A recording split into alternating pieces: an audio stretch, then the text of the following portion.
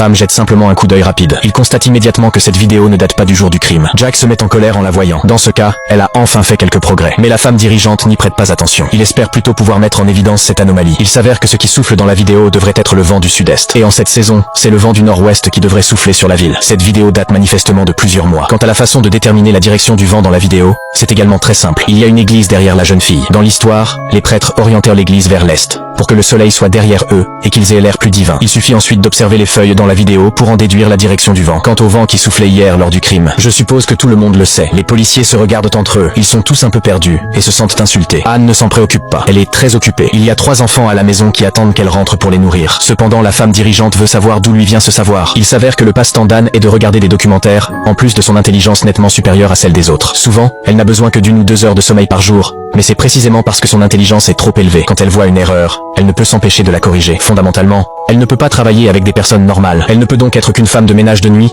mais juste en sortant du poste de police, A aperçoit la fille de la victime. En tant que mère, elle peut très bien comprendre l'état d'esprit de l'autre personne en ce moment. À ce moment-là, la femme dirigeante s'approche également. Elle dit qu'Anne est disposée à aider la police à résoudre l'affaire. Elle trouvera un moyen de l'exempter de l'amende et de la détention. Après une conversation, Anne accepte. Ce n'est pas parce qu'elle a peur de l'amende. Elle veut juste aider la jeune fille qui cherche sa mère. Mais la première chose qu'elle a faite après avoir rejoint l'équipe spéciale d'enquête, Anne dénigre l'analyse de l'affaire faite par Jack comme étant inutile. Si ce n'était pas pour l'attention de la femme dirigeante, Jack enfermerait définitivement cette femme en détention pour toujours. Ensuite, plusieurs personnes se rendent chez la sœur de la victime pour l'interroger. Anne jette simplement un coup d'œil au bibelot dans l'armoire et à la dissertation de biologie sur la table. Elle détermine immédiatement qu'il y a un problème avec cette femme. Elle demande indirectement si l'autre partie a un alibi pour le moment du crime. Jack se sent un peu irrité. Anne n'est qu'une consultante sur l'affaire. C'est lui le policier qui résout l'affaire. Les deux se disputent bruyamment en bas. Anne part en colère, mais trouve Jack dans les toilettes des hommes un instant plus tard. Bien qu'elle se dispute souvent avec ses collègues, elle ne retardera jamais le travail. Tout à l'heure, elle s'est déguisée en femme de ménage. Elle s'est infiltrée furtivement dans l'entreprise de cette femme. Elle a trouvé une lettre suspecte dans le tiroir de l'autre partie, suffisante pour prouver que la victime et la famille de la sœur ont un différend financier. Jack est à nouveau surpris. Anne a vu tellement de documentaires, elle ne sait pas que ces preuves volées ne peuvent fondamentalement pas servir de preuve. Il n'ose pas jeter un coup d'œil à la lettre, de peur de devenir complice du crime de